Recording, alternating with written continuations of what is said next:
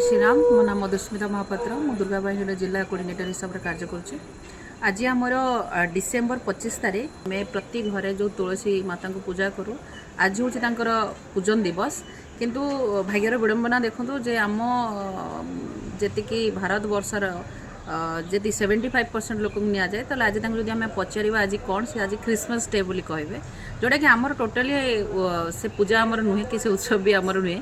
किंतु तुलसी पूजन कथा कहले मे भी बहुत लोक अच्छा जो मैंने कि तुलसी पूजन अर्थ भी बुझंती किंतु आम प्रति ओडिया घरे हो बा आम भारत वर्षर हिंदू सभ्यता अनुसार से तुलसी दिवस रूप में एटा पालन करा जाए।